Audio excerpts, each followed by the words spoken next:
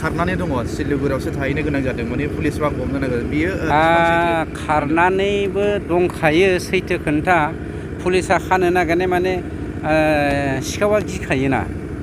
पुलिसखौ नुबालाय सिखावा गिखागोन बिथांखौ आं सिखाव बुंनो नागिराखै गावहा माबा मोनसे खावनाय दंमोन खोमा नंखायनो पुलिसखौ नुनानै आंखौ सिखाव होननानै हमगोन खोमा होननानै गिनानै खारदों खिन्थु पुलिसा बेखौ होसोआखै आरो बिथाङा मोनसे स्पिचआव लाखिदों जे हाग्रामाहा फैसा गैया नङा फैसा दङ होननानै दाहार लानानैबाबो गेलेगोन होनदों ना हाग्रामाया फैसा दङब्रा हाग्रामामोननि दैदेननायाव हाजार बिगा हा बिसोरो बायनानै दोनदों दा फानगासिनोबो दङ आरो गावसोरनि थाव दिफु मा दिफुखौ बन्द' होफालागासिनोबो दङ आं हानिनो इ.एम हिसाबै सोर हा फानदों सोर हा बायदों बेखौथ' जों खबर मोनबाय थाखायो नालाय दाखालिसो बियो गावनि थाव दिफुखौ क'क्राझाराव थानाय थाव दिफुआ जेनेरेल थाव दिफुखौबो बियो 50 बोसोरनि थाखाय लिज होबाय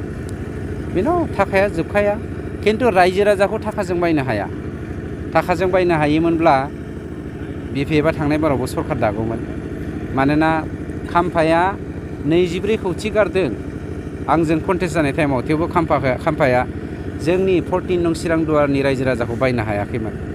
कोटि हाजार कोटि लानानै लुसोमबाबो दिनैनि दिनाव बर'लेण्डनि रायजो राजाफ्रा बिपिएफजों मालाबाबो थाया आरो थानायबो नङा